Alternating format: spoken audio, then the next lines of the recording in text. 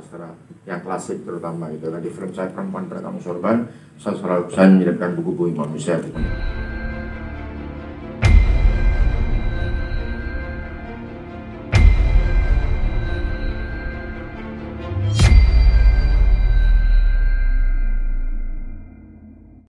Perambakan sempat dibahas juga. Terus di beberapa film saya berikutnya juga seperti itu, dan ini pun juga seperti itu, karena sebetulnya sebagai sebuah set ya kan memang pas, karena itu keluaran tahun-tahun 19, ini setting sebenarnya tahun 1977, tapi saya menghindari banyak netizen yang sok tahu gitu kan, nanti oh 77 kok belinya gak kayak gini, oh 70, ah udah dari kan lebih baik udah lalu pikir sendiri aja ya kan. Enggak sih, saya sengaja itu gitu kan. Nah, jadi sehingga ini sebenarnya settingnya tahun 1977 ketika Indonesia sedang dalam posisi Orde Baru itu sedang berkuasa, sedang diktator banget. Dari partai yang jumlahnya 50 partai, itu digerus menjadi 3 partai. Itu tahun 1977. Nah, di situ terjadi banyak sekali korban sebetulnya, terutama kaum Islam, gitu kan. Makanya terjadi ada headline-nya tuh, setelah komunis maka Islam yang dibantai. Itu ya yang terjadi, karena itu makanya kemunculan si Pak Kiai di sini ya kan di ending itu bukan serta-merta Kiai pengusir setan, bukan itu. Karena memang ya kan pada tahun 1977 kondisi Kiai memang termarginalkan sekali dan dibunuhin banyak sekali ulama-ulama, kiai-kiai dibunuhin. Karena itu makanya Kiai melakukan perlawanan di situ. Jadi itu sebenarnya alasannya gitu kan ya. Terus apa namanya, buku-buku kayak Mukhtar Lubis, kemudian Pak Pram itu memang pada saat itu menghiasi rumah-rumah yang seperti itu. Gitu aja sih. Oke, siap. Terima kasih Mas Anung. Semoga saya bisa membuat filmnya Harimau-Harimau. Amin. Karena untuk di Perempuan Berkamus Sorban ada buku dari teman-teman. Jadi memang ada yang aku perankan langsung, ada yang dengan prostetik kepalaku yang dibuat. Gitu. Jadi, ya, jadi ada yang nggak bisa bergerak, dan ada yang apa tadi Mas Anu? Animatronik. Ya itu ribet ya saya. Nah, jadi tergantung dari scene-nya dan kebutuhannya gitu. Kadang-kadang aku yang perankan sendiri dengan blue screen di badan aku atau blue screen-nya di kepala aku gitu. Jadi tergantung lagi mau badan atau kepala. Tapi yang udah gentayangan kemana-mana tuh kayaknya nggak mungkin aku ya. Udah kepala gitu ya kan. Kalau misalnya aku selingnya berapa panjang, ribet, jadi gitu. Ya pastinya ada kesulitan karena kan ada koreonya tuh, gimana kepalanya harus, lirikan matanya dan lain sebagainya. Tapi take-nya nggak begitu banyak ya Mas Anung ya. Cepet kok, karena itu tadi mungkin karena Mas Anung very detail on everything gitu. Karena detailnya itu jadi kita nangkepnya itu gampang gitu, dan alhamdulillah jadi take-nya nggak banyak. Oke, siapa Sanung mungkin mau tambahkan, silakan. Ya, jadi itu awal saya bilang sama Mbak Wulan adalah kamu menjadi hantu. Jadi memang kalau menjadi Wulan Guritno-nya memang beberapa scene aja, tapi dari awal kamu tuh udah menghantui dalam wujud kepala. Jadi sebenarnya actingnya Mbak Wulan itu justru malah bukan pada saat syuting, tapi pada saat pre-production, yaitu mukanya dicetak. Terus kemudian setelah dicetak, terus robotnya Mbak Wulan itu tuh terus dibuat apa namanya, dia bisa mangap, dia meleng kiri kanan, itu kita sesuaikan dengan tubuhnya Mbak Wulan. Jadi saya pada saat itu sok-sokan kepengen ini film klasik, jadi saya menggunakan sinema klasik pada saat itu. Jadi saya nggak mau ada CGI, saya mau betul-betul animator, dan saya mau menselin betul apa namanya, bisa nggak sih Indonesia buat animatronik? Dan ternyata bisa. Yes, itu ya. Ternyata bisa, gitu kan? Ternyata bisa. Cuma ya ampun harganya itu. Ampun itu pemandu utama kita, bawanya harganya segitulah. Gaji pemandu utama kita itu segitu. Mahal sekali ternyata. Dan apa namanya?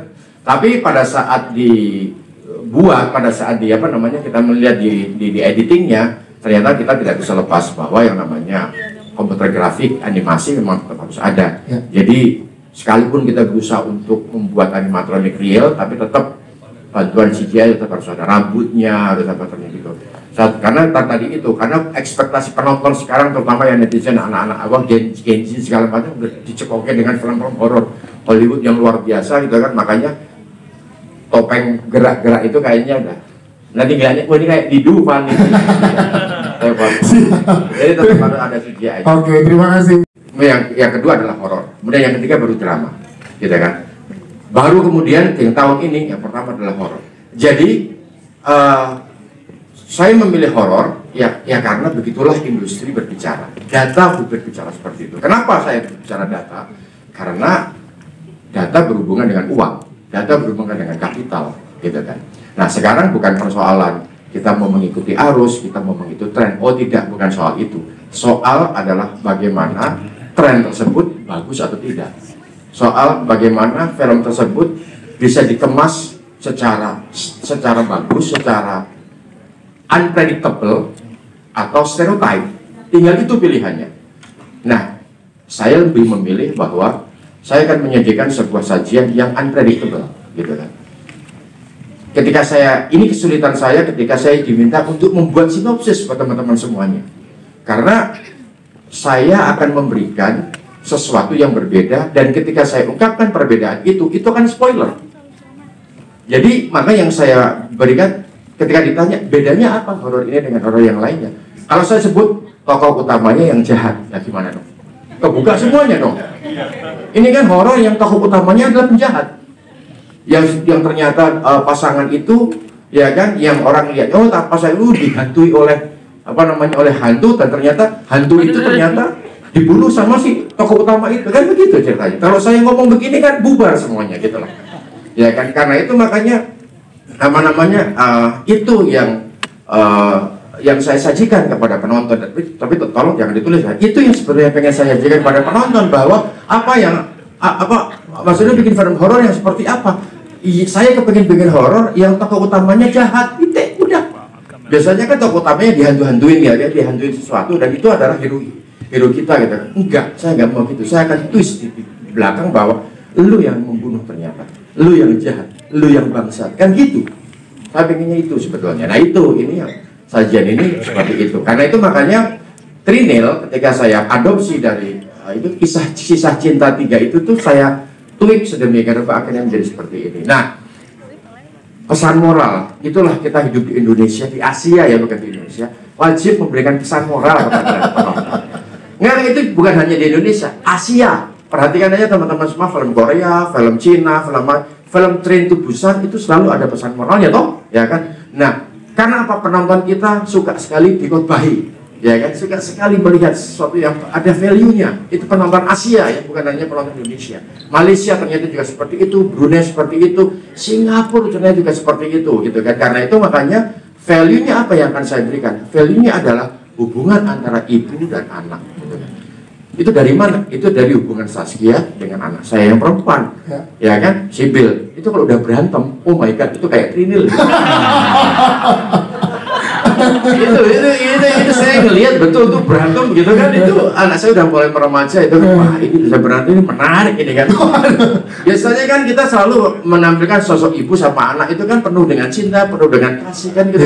Itu stereotype. Saya pengen membuat sesuatu yang unpredictable. Ibu sama anak berantem sampai bunuh-bunuhan gitu kan. Saya bilang gitu. Nah, pesan pokoknya apa? Ya ibu harus mencintai anak. That's it. Simpel itu gitu kan. Terus bagaimana bapak harus mencintai anak perempuannya. Kedekatan bukan bapak sama anak perempuan. Itu sebetulnya. Jadi ini sebenarnya sebuah drama keluarga yang dibalut bunuh-bunuhan. Udah. Pada saat di preskon lewat video pengalaman sangat luar biasa, Karmel, dengan naik turun emosi yang kamu berikan di sini. Ada yang mau di-share ke teman-teman media gimana keseruannya memerankan karakter Rara ini? Silakan. Halo semuanya, selamat sore. Pertama, terima kasih banyak sekali sudah mau datang dan sudah menonton film Trinil juga. Semoga memberikan kesan yang baik, karena kita semua juga melakukannya dengan penuh, dengan hati yang penuh dan ikhlas. Jadi semoga sampai di penonton dan para media juga yang baik. Boleh di-share dong serunya, silakan. Karena ini horor pertama aku dan horor pertamanya Rangga, Shalom, ini tuh semuanya, jadi benar-benar menarik menurut aku karena selain ceritanya juga dan juga karakter yang dapat aku perankan. Sebenarnya ini karakter yang udah lama banget aku tunggu-tunggu untuk aku dapatkan dan aku bisa mainkan. Seorang Rara ini yang memiliki dia adalah pribadi yang kompleks ini itu, jadi waktu aku dapat karakter ini sangat-sangat bersyukur karena I've been waiting for this character for so long and I got to play it di bawah direkturnya Mas Hanung dan juga sama Kak Azlin. It's an unforgettable moment and very very grateful. Thank you Kak Azlin and Mas Hanung dan semua cast yang kita dapat berkarya bersama. Oke, siap, terima kasih Carmela. Selanjutnya Rangga Netra. Rangga nih, teman-teman mana tadi yang nungguin Rangga melihat sosok? Halo, selamat sore semuanya. Karakternya di sini nempel banget buat teman-teman penonton. Wah, alhamdulillah. Asli, cewek-cewek, kok sami gini sih? Lu depan dong. Jadi build karakter untuk karakter Sultan di sini gimana ngobrol sama Mas Hanungnya? Sebenarnya nggak susah karena gue aslinya cool juga kan. Bicara. Tipis ya cool sama penakut ya. Tipis. Melanjutkan obrolan Carmela tadi, film horor pertama saya. Sorry agak serak, masih serak. Pertama dapat. Kambing mulu sih lo. Gimana ya? Jadi dapat karakter ini sebenarnya deg-degan karena Mas Hanung salah satu director Indonesia yang masuk ke top list saya. Ya. Terus tiba-tiba dapat tawaran ini. Itu saya casting ya, bukan dipilih. Dan castingnya 2 kali lagi. Gitu. Akhirnya ini tone down-nya harus karakternya tone-nya harus diturunin sedangkan gua aslinya yang hyperaktif banget. Terus di bawah arahan Mas Hanung berproses dengan beliau. Gue deg-degan itu bener.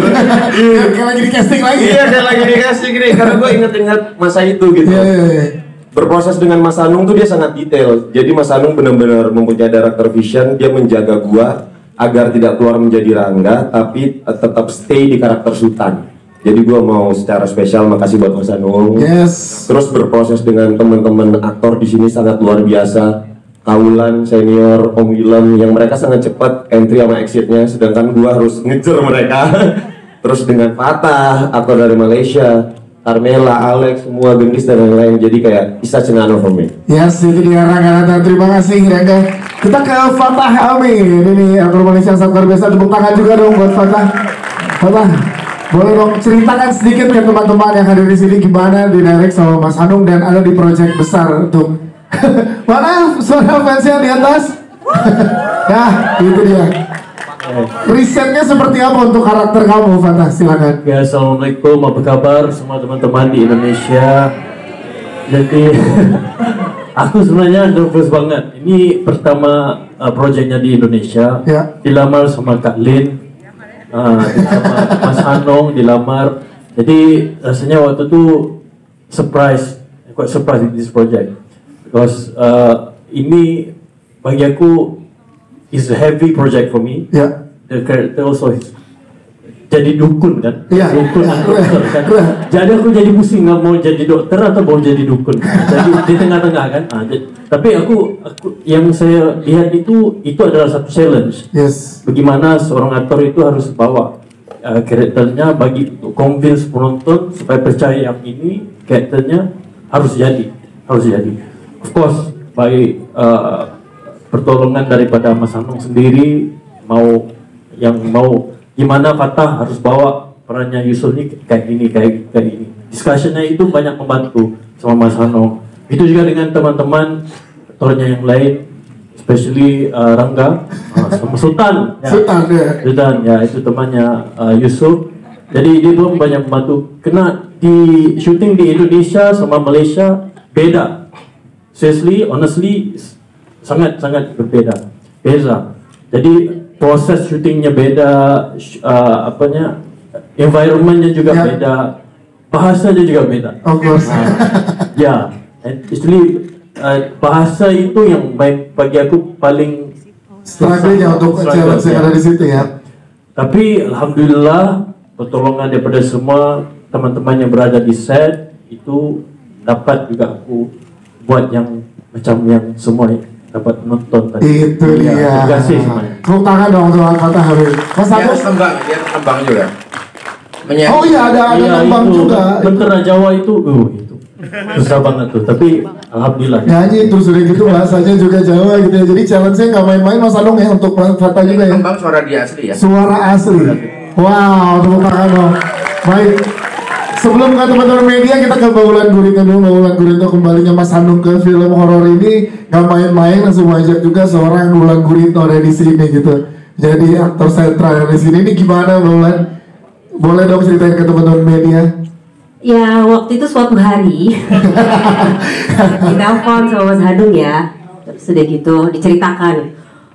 Mas Hanung ini pertama kali proyek aku sama Mas Hanung, ya kan? Mas Hanung ini pertama kali ngajak aku jadi setan, aku bilang gitu.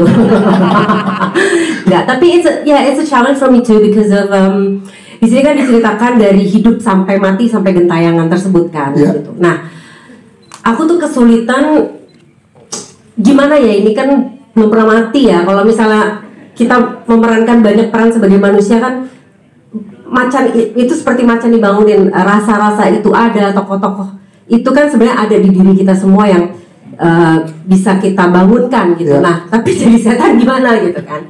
Sorot matanya pasti berbeda, pasti segala macam. Tapi dari again Mas Hanung tuh very hands on. Aku belum bisa share proses syuting, nanti kalau udah tayang baru. Pas aku adegan-adegan gentayangan lah ya jadi setan itu, Mas Hanung iniin rambutnya, terus very detail in nggak cuman actingnya itself, tapi semua detail lah gitu. Maunya rambutnya terbangnya ke sini, harus ke sini. Ada videonya loh, bukti. Ada ya. Rambutnya harus begini gitu. Gerakannya gitu. Jadi teknis menjadi setan. Ternyata sulit jadi setan. Gitu. Ya. Sangat sulit. Terima kasih banget. Dan akan tayang di awal tahun 2024. Gimana Kak Azlin sebagai produser optimismenya dengan Mas Hanung dan juga teman-teman yang lain ke penonton Indonesia di pekan depan? Silakan. Pasti saya sangat optimis sekali terhadap film ini. Gimana yang udah menonton? Gimana reaksinya? Oke.